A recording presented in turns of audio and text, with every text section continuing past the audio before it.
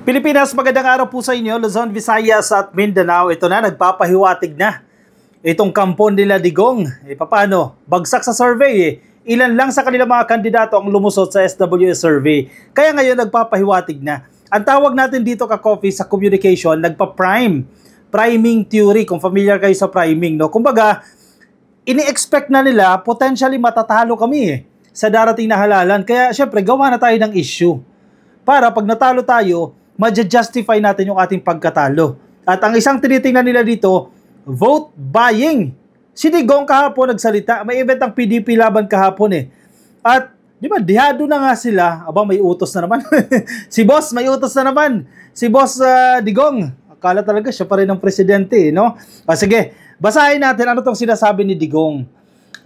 Sabi niya, so this coming election, I hope that the President, si Marcos tinutukoy niya kung marinig niya ako, bigyan niya na lang tayo ng patas na laban. O anong ibig sabihin yan? Bakit kailangan mo pang i-remind na bigyan mo kami ng patas na laban? Ibig sabihin ng patas na laban ka-coffee, walang dayaan sa nalalapit na halalan. Bakit pinapalutang na nila ito na potentially pwedeng magkaroon ng dayaan? Kasi para mabilis ma-justify, kung ma-8 diretso man yung kanilang mga kandidato, pero I think may lulusot. May lulusot yan, mga dalawa sa kanilang kandidato, may lulusot. Pero hindi pa rin majority o hindi pa rin lahat ng kanilang kandidato lulusot. So at least meron silang dahilan. Pwede nilang palabasin yan, nagkaroon ng vote buying, nagkaroon ng dayaan, nagkaroon ng pananakot, at isisisi nila yan kay PBBM. Alam na natin yan ka-coffee. Isisisi nila yan once matalo yung kanilang mga kandidato. Ang sasabihin nila, hindi patas yung naging laban. Kaya ngayon si Digong, nagsasalita na naman. Nabuhay na naman si Digong. Ang utos niya sa presidente, kung naririnig niya ako, bigyan niya na lang tayo ng patas na laban. Di ba kung ikaw ay nakikiusap, please, di ba? Nakikiusap ka, please, Mr. President, give us a fair fight, etc., etc. Pero hindi We will not allow, sabi ni Digong we will not allow, nakagaya ko noon, na prangka-prangka ako sa mga tao. Huwag kayong pumasok sa mga takutan, pati yung sa violence.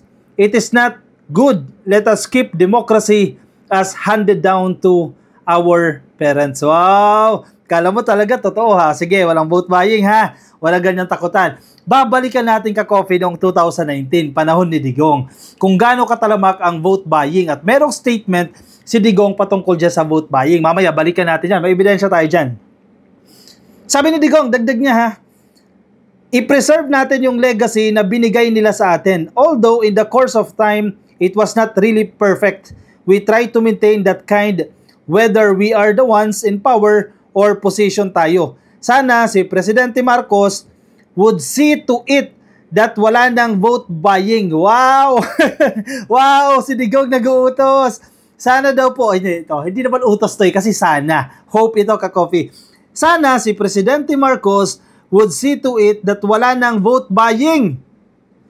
Wala na talaga. Yun kasi yung vote buying is really out. Wow! Wow! Wow! Wow! Sana daw wala nang vote buying. Samantalang nung panahon ni Digong, talamak ang vote buying. Sana, dyan pa lang, tinapos mo na yan.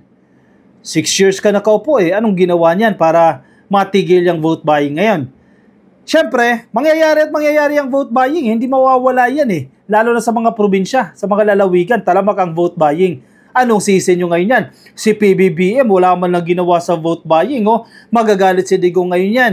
Kasi yung mga tao niya hindi lulusot sa Magic 12. Isisisi kay Presidente kasi talamak ang vote buying. Ayan, nakahanap na naman sila ng dahilan sa kanilang pagkatalo. Advance mag-isip itong mga to Madiskarte itong mga to Kala nila makalulusot. Sige, ito ang ebidensya, ka-coffee. Sige Ayaw ni Digong ng vote buying. Wala ba dyan sa Davao? Wala bang vote buying dyan? Para meron dyan Ayaw niya Sana daw, Mr. President, wala nang vote buying.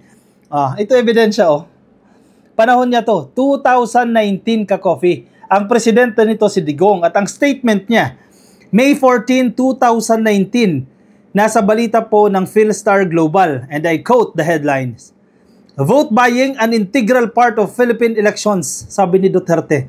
Yun naman pala integral part of Philippine elections. Hindi mawawala yan sa kahit na anong eleksyon niyang vote buying. Sabi ni Digong mismo. So, anong i-expect mo? Ngayong nalalapit na halalan, Sa tingin mo mawawala ang vote buying? Huwag mong paasahin ng taong bayan na mawawala ang vote buying kasi nung panahon niya, hindi naman na-resolve yung vote buying na yan. So ngayon, pinapalabas sila sana walang vote buying dahil pag nagkaroon ng vote buying, ang sisi sa presidente. Nagigets ninyo yung punto? Naghahanap sila ng way para masisi itong gobyerno, magalit ang taong bayan sa gobyerno. Samantalang nung panahon nila, yung nire-request nila ngayon, hindi nyo ginawa nung panahon ninyo. Ito ebidensya oh. Si Digong mismo nagsasalita niyan. Vote buying an integral part of Philippine elections, sabi ni Duterte. President Duterte yesterday said that vote buying is an integral part of elections in the Philippines, a country that he said is beset with poverty and feudal system. Oh, yun naman pala eh. So hindi lang kasalanan ni PBBM yan. Kung ganyan yung nangyayari ngayon, marami nang nag-contribute sa kung ano man ang sitwasyon natin ngayon. Yung previous administrations may mga ambag bakit mahirap ang mga Pilipino. Hindi mo nyo pwedeng isisi lahat yan sa current administration. Hindi lang siya ang pwede nyong sisihin. Mga previous administrations dapat din sisihin. Dahil mga pabaya eh. Yung mga previously umupo eh. Ano bang ginawa? Napayaman ba ang Pilipinas? Ilang dekada na nakalilipas. Eh, sabi nga ng iba eh, mabuti pa nung panahon ni Makoy. Mas maayos-ayos sa ASEAN, sa Southeast Asia. Isa tayo sa may pinakamaunlad na ekonomiya. And after that, wala na. Nakalimutan na tayo. Nabura na tayo sa mapa. Tapos ngayon, ang sisi nyo, si PBBM, bakit mahirap ang mga Pilipino? Aba, sisihin nyo rin yung mga nagdaang presidente. Anong ginawa nila para mapaganda ang buhay ng mga Pilipino? Ano bang ginawa? Diba? Unfair yan. May contribution sa mga previous administrations kung bakit ganito yung sitwasyon natin. Tapos kung magsalita ito mga to, kala mo malilinis, kala mo wala silang kasalanan. Duterte claimed that everyone has engaged in vote buying which, according to him, comes in many forms. Yun naman pala eh. Alam niya pala eh. Bakit ngayon pinapalutang yung ideya na yan na sana wala ng vote buying? Hindi nga mawawala yung vote buying. False hopes yan. If they are caught, they will be prosecuted to the fullest of the law. Now, the practice of buying votes has been an integral part of an election in the Philippines. Yung pagboto, lahat yan. Walang hindi nagbibili ng boto rito. Ituro mo kung sino ang hindi nagbili ng boto. Sabi po ni Presidente sa mga reporters after casting his vote at the Daniel R. Aguinaldo National High School dyan po sa Davao. Alam nyo pala. Malinaw na malinaw naman pala. Tapos magsasalita kayo ng ganyan para magmukha kayong malinis. Hindi pwede. Hindi kayo makalulusot dahil may ebidensya kayo. Oh. May mga previous statements kayo nung panahon pa si Digong kung anong naranasan niya na hindi mawawala yung vote buying. Kaya do not expect na this coming elections, wag nyo nang i-sugarcoat yan na wala ng vote buying yan dahil si PBBM nakaupo. Sistema na yan, ka-coffee. Kultura na yan ng mga Pilipino na mahirap baguhin. Ayaw natin yan. Sino ba namang gusto ng vote buying, di ba? But, anong gagawin mo para i-change yan? Para mabago yung kultura na yan?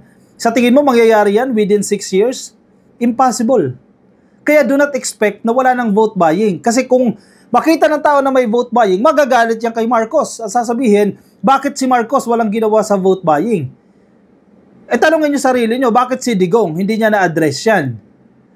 Systemic yan eh. Parte na ng kultura. Pangit na kultura. Kaya mahirap yung vote buying, sabi ni Digong. It can take many forms for as long as the Philippines remains to be a poor country. For as long as the feudal system exists, lalo na sa rural areas aggravated by the communists. We are becoming poorer and poorer. O yun na. Panahon ni Digong yan. Administrasyon niya mismo nagsabi, we are becoming poorer and poorer. Tapos ngayon, galit na galit kayo sa administrasyon dahil mahirap ang mga Pilipino. Panahon pa ni Digong, mahirap na. Panahon pa ni Pinoy, panahon pa ni Cory, marami nang mahihirap. Ni Gloria, ni Erap, ni Ramos, marami nang mahihirap. Kaya wag nyo lang isisi kay PBBM kung bakit maraming mahirap. Kung ikaw ay isa ng mahirap, kinukonsider mo yung sarili mo mahirap, abay, wag natin isisi lahat yan sa gobyerno. Diba? Kailangan din natin magsumikap. Definitely nadjadya ng gobyerno. May tungkulin ng gobyerno, pero hindi natin pwedeng iasa yung buhay natin sa gobyerno. Kasi yun na ngayon nangyayari eh. For the longest time eh. Kung hindi depende natin yung buhay natin sa gobyerno, hindi tayo aangat. Di ba? Hanggang sisi lang tayo ng sisi. Sigaw lang tayo ng sigaw. Magagalit tayo. Ironic pa, yung mga miyembro pa ng mga Pantawid Pamilyang Pilipino program, yung mga programa ng gobyerno, halimbawa TUPAD, AKAP, yan pa yung mga ginagamit para magsisigaw sa gobyerno na walang ginagawa, etc. Na dahilan kung bakit mahirap. Tingnan ninyo, di ba? Baka kayo din ang may mali dyan. Duterte said, the giving of money does not necessarily mean that one is buying votes. You know, when you start to give money, as I told, that's not because I'm buying the vote of the fellow. It's because I am giving him money to go to the precinct, cast his vote, and go home. Not all people have money, or you send food to your leaders who are here sacrificing and waiting for the food to eat so they can last until the last vote is counted. Tingnan mo, si Digong mismo nagsasabi. Nagbibigay ng pera, ang gusto niya siguro sabihin dito, para ipamasahe, makapunta kayo ng presinto at makaboto. Hindi rin malinis. Tapos palalabasin ninyo ngayon kung anong makikita ninyo, alam na natin yan eh.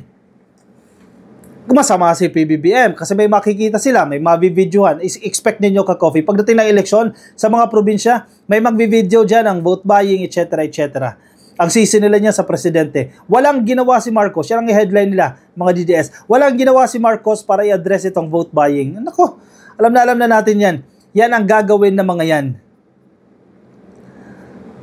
Duterte was blamed yesterday for the reported massive vote buying resorted by candidates in the midterm elections. The president promoted the illegal practice in a speech in which he encouraged voters to accept money from politicians according to Anak Pawis Party List Representative Ariel Casilaw. See, I remember yung statement na yan.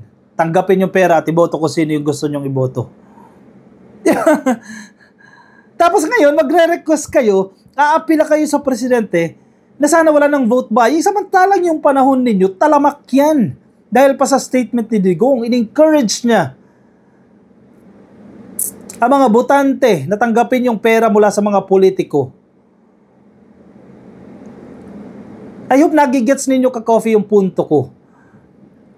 They are expecting too much from this administration while in fact, during their administration, nagpabaya sila. Hinayaan nila itong maling sistema. Diba? Parang sa isip-isip mo, look who's talking. Anong ginawa mo? Ang galing mong manili, pero tingnan ninyo yung sarili nyo. O, may pa-statement pa, oh. Balikan nga natin yung statement niya. Sobrang off ng statement. Sana si Presidente Marcos would see to it. Dapat siguruhin daw ni Presidente Marcos that wala ng vote buying. Imposible, Digong. Wala na talaga yon kasi yung vote buying is really out. Nakakatawa, no? Kayo pwede kayo magsalita kasi administrasyon nyo. Sige. Ngayon, administrasyon ng PBBM, gustong-gusto nyo na mapahiya itong gobyerno. Gustong-gusto nyo na mapahiya itong administrasyon na to. Tama yung sinasabi ni PBBM kasi kapag bumagsak itong gobyerno na to, magagawa ninyo yung destabilization plot ninyo. Yung mga plano ninyo na agawin ang kapangyarihan at ibigay ang trono kay Sara Duterte at mamayagpag na naman kayo. Nahuhuli na kayo sa diskarte ninyo, sa style ninyo. Diba? Nakakatawa ito na nakakainis ka-coffee itong sitwasyon, itong ginagawa nila. Kala mo ang lilinis nitong mga itong magsipagsalita. Panahon ninyo, wala naman kayong ginawa para i-address yung problema na yan sa vote buying. Tapos ngayon, pag matalo yung mga manok ninyo, sisi sa gobyerno, hindi naging patas yung laban. Diba? Mag-aapila. Hindi matatanggap yung pagkatalo. Kasi naaamoy na nila eh. Matatalo at matatalo. May lumusot man dyan isa. Si Senator Bongo, sa tingin ko, lulusot yan ka-coffee sa lineup ni Digong. Si Bato, alanganin si Bato. 13-14, that number. Base sa survey ha, base sa mga recent surveys. O, sige ka-coffee, anong say ninyo dyan? I-comment ang inyong mga opinion, ang inyong reaksyon dyan sa ating comment section para mabasa rin po yan ng iba nating mga ka-coffee. Mga nasa Facebook ka-coffee, pasayo na lang like and follow. Mga nasa YouTube, click lang po na subscribe dyan sa baba at hit the notification icon para updated na rin po kayo sa ating mga bagong upload. Ako yung pansamantala po na magpapaalam. Maraming salamat sa mga sumama ka-coffee. Ingat po kayo. Nasaan man po kayong panig ng daigdig. Bye-bye.